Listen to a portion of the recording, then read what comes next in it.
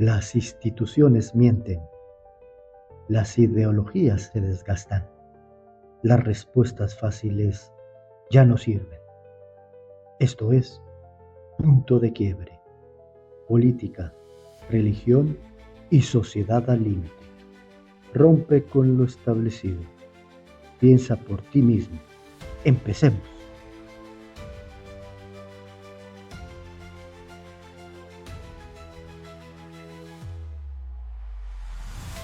Hola, soy Ronnie. La violencia nos incomoda, nos asusta, pero también nos define. Desde los sacrificios rituales de las antiguas religiones hasta las guerras modernas, el poder se ha expresado una y otra vez mediante la violencia. Hoy nos preguntamos, ¿la violencia es un fracaso de la política o es su verdadera esencia? ¿Quién decide qué violencia es legítima y cuál es criminal? Y si la política misma fuera, en esencia, la continuación de la guerra por otros medios, ¿puede existir justicia sin violencia? Vamos al punto de quiebre.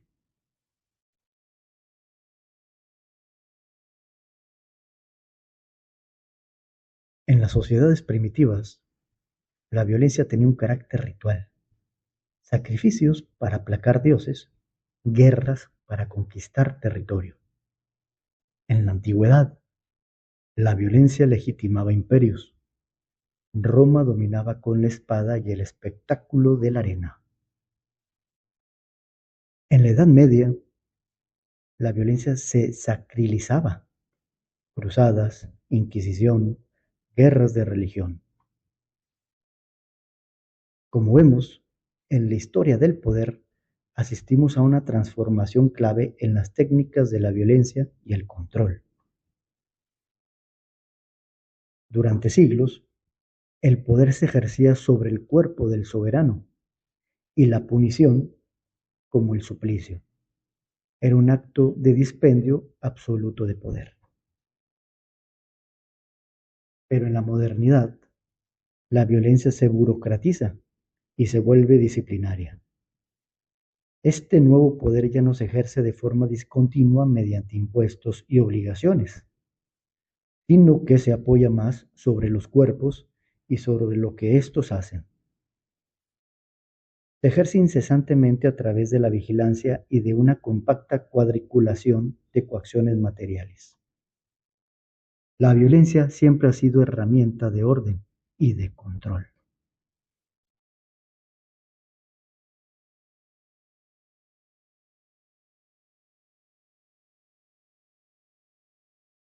El sociólogo Max Weber definió el Estado moderno como la institución que reclama con éxito el monopolio de la violencia legítima.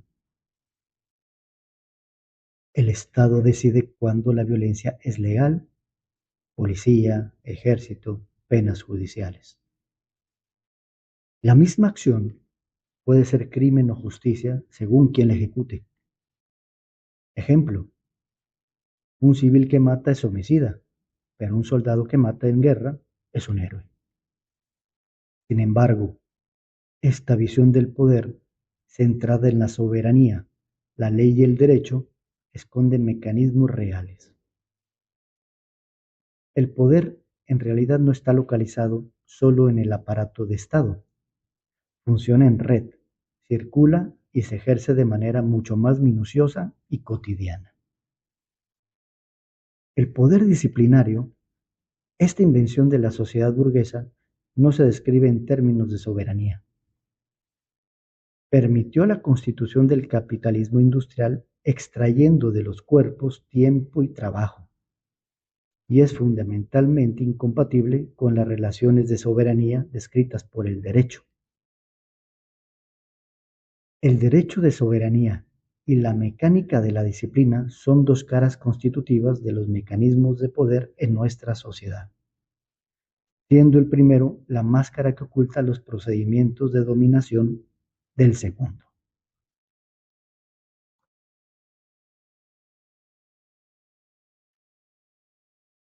No toda violencia es física. Existe la violencia estructural, la pobreza, la desigualdad, la exclusión.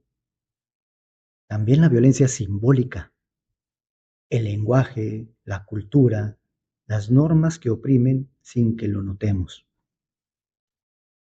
Y aquí es donde la violencia se vuelve invisible, penetrando materialmente en el espesor mismo de los cuerpos de los individuos. Esta microfísica del poder opera mediante el control, la vigilancia, los procedimientos de indagación y la formación de saberes que no son construcciones ideológicas, sino instrumentos efectivos de dominación. El discurso de las disciplinas no es el de la ley, sino el de la norma. La proliferación de las ciencias humanas, como la psiquiatría o criminología, es un resultado de este choque entre la ley de soberanía y la mecánica de las sujeciones disciplinarias, dando lugar a la sociedad de normalización. Somos juzgados, condenados y clasificados en función de discursos verdaderos que conllevan efectos específicos de poder. Pensemos en el sistema penal. Desde el siglo XIX, su función no fue solo reprimir, sino también construir el delito de forma útil para la clase dominante. El sistema penal se dirige a aislar a los elementos más violentos de la plebe y, a través de la legislación, la prisión y los periódicos, impone categorías morales para separar al proletariado de la plebe no proletarizada, evitando así la sedición y la unión popular armada.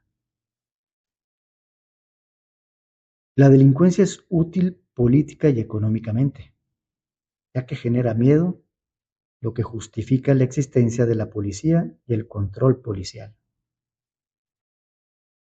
Muchas veces, la violencia más peligrosa no es la que golpea el cuerpo, sino la que moldea la mente y el comportamiento, estableciendo lo normal y lo anormal.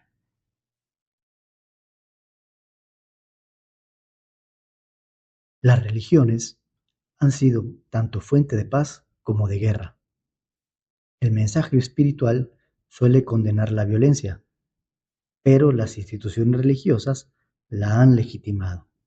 La fe puede unir, pero también puede justificar la eliminación del otro.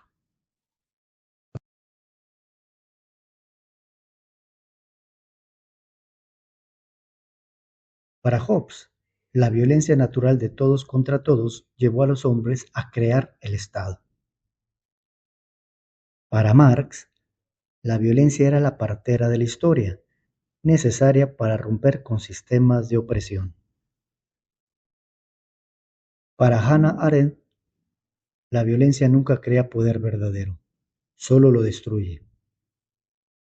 En el contexto de la lucha contra el poder, la pregunta sobre la violencia y la justicia es crucial.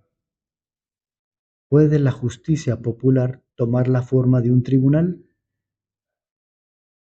Según algunos análisis, el tribunal no es la expresión natural de la justicia popular, sino una forma histórica impuesta por el Estado para recuperarla, dominarla y desarmarla. En las sediciones populares, como las de la Revolución Francesa, el aparato judicial es a menudo el blanco al mismo nivel que el aparato fiscal o el ejército. La forma misma del tribunal, con un elemento intermedio, los jueces en este caso, decidiendo en virtud de una supuesta justicia universal. Es extraña la práctica de la justicia popular, que se refiere solo a la experiencia de los daños sufridos y ejecuta la decisión sin apoyarse en un aparato de Estado. Por ello, Adoptar la forma de un tribunal popular puede ser un instrumento peligroso que permite a la ideología del sistema penal reproducirse subrepticiamente en la práctica popular. Entonces, ¿la violencia puede ser motor de justicia o siempre termina corrompiéndola?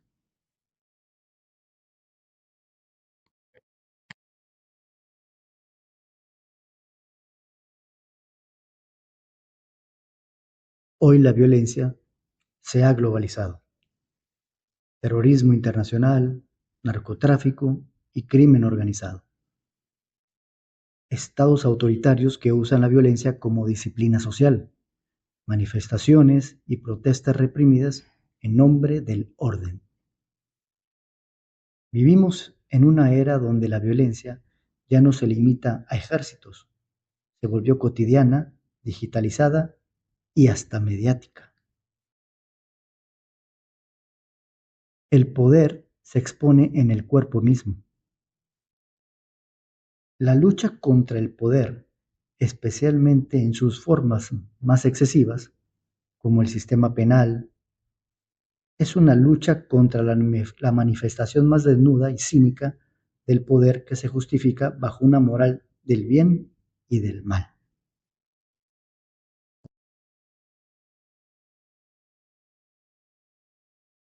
Para concluir, la violencia siempre acompaña al poder.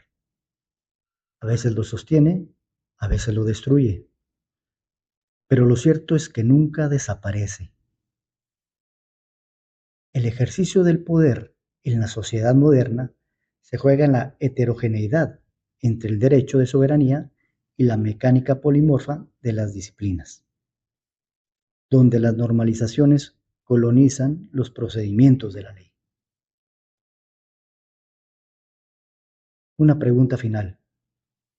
¿Podrá la humanidad construir un orden político y social basado en la justicia sin recurrir a la violencia, la disciplina y el saber normalizador como su lenguaje más profundo? ¿Tú qué opinas al respecto? Gracias por escuchar el podcast. Si te gustó, suscríbete.